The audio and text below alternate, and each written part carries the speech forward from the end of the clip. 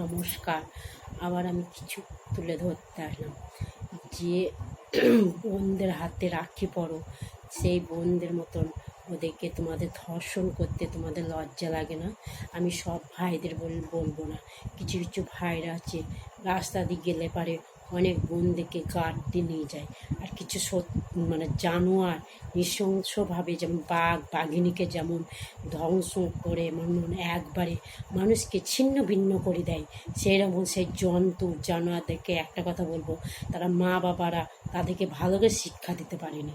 এই ভিডিওটি যদি ভালো লাগে লাইক কমেন্ট শেয়ার আর অনেক মানুষকে ছড়িয়ে দেন। আর একটা কথাই বলবো, বোনরা তোমরা রাস্তাঘাটে যাবে খুব সাবধানে যাবে। আর মানুষ এখন কি হয়ে গিয়েছে, মানুষ কেউ কাউকে মানছে না বলি আজকে পৃথিবীটা এই রাস্তায় এসে পৌঁছেছে। লঘুগুরু মানো তবেই কথা আছে না, দুঃখ পাবে না। সেরকম কি বলে ভগবান, ভগবান মানুষের ভেতরেই আছে।